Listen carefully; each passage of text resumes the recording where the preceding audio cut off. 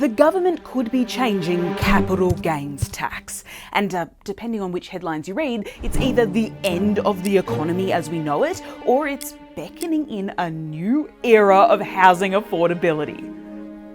But what actually is it? So you're probably already familiar with income tax, the government taking a slice of your salary. But what about when you make money from not your salary?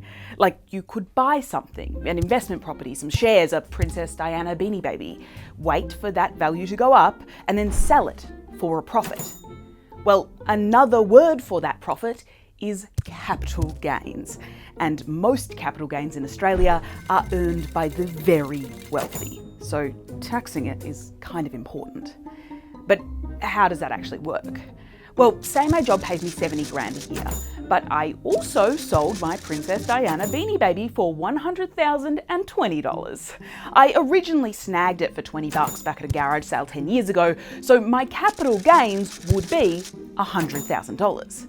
Now, obviously, a little bit of that price is just because of inflation, and I really shouldn't have to pay tax on that bit. So I do some complicated maths to minus it out, take that number, add it to my regular income, and then that whole pool of money I made is just taxed like normal. At least that's how things used to work. Until 1999. No, stop, we cannot afford the rights to that. In order to boost the economy, the Howard government had the idea to make it cheaper for people to invest and sell and move money around. And they also felt that that step of calculating the inflation on capital gains was so complicated that it was discouraging investment. So they said, no more maths. Let's just say when you sell an asset, as long as you've owned it for more than 12 months, you only need to pay tax on half of your capital gains, half of your profit. For the Beanie Baby example, this means that instead of paying tax on this much, I'd only be paying tax on $120,000, my regular income plus half of my capital gains.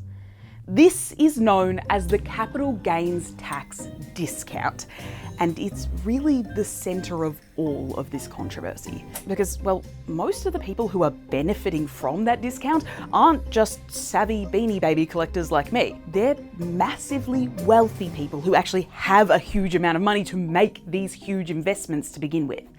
And this policy says that they should pay a lower rate of tax than people who just earn their money through wages. Which brings us to the housing of it all. While this policy wasn't specifically directed at housing investors, it ends up giving them a dangerously good deal.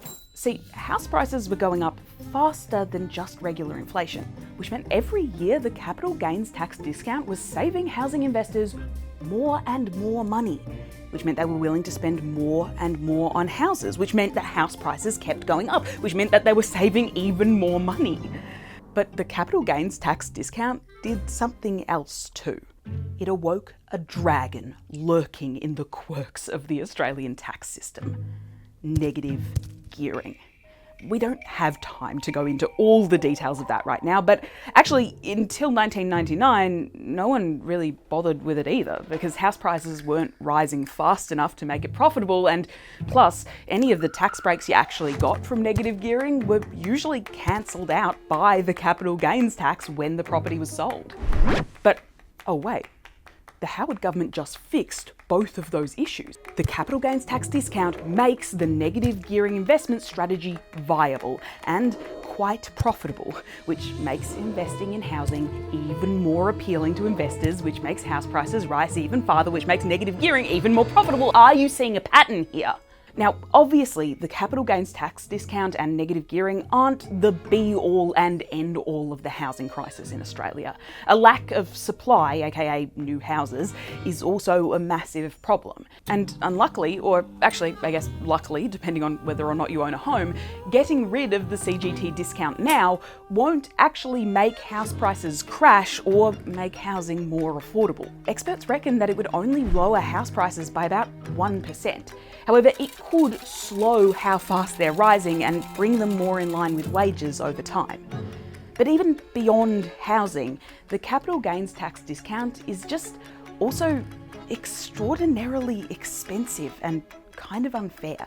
Every year, the discount causes Australia to lose out on $21.8 billion in taxes, and 59% of that money is going to the richest 1% of Australians. So why haven't we gotten rid of it? Well, politicians in Australia have long believed that attempting to change the capital gains tax discount at all would be political suicide. Labor actually suggested halving the discount in 2016 and 2019, and then lost both of those elections. They then dropped the policy in 2022 and won. Hey presto. But rumours are now building that some big changes to the capital gains tax could be announced in the May budget. And while the government is refusing to confirm, they certainly aren't denying it either. So what's changed? Well, it's 2026. The housing crisis is more urgent than ever. Even those with homes are starting to worry about their kids' chances. And let's be frank, the coalition is also utterly imploding. So Labor's willing to take on way more risk than usual ahead of the 2028 election. So now the country is buzzing with a million questions. Will it be retroactive? Will it go back to the inflation system or just reduce the discount? Will it only apply to investment properties or all investments? Will it tackle negative gearing as well? Will it end the economy or save the country? Well, the answer to that last one is probably neither, but for all the rest, I'll see you after the budget.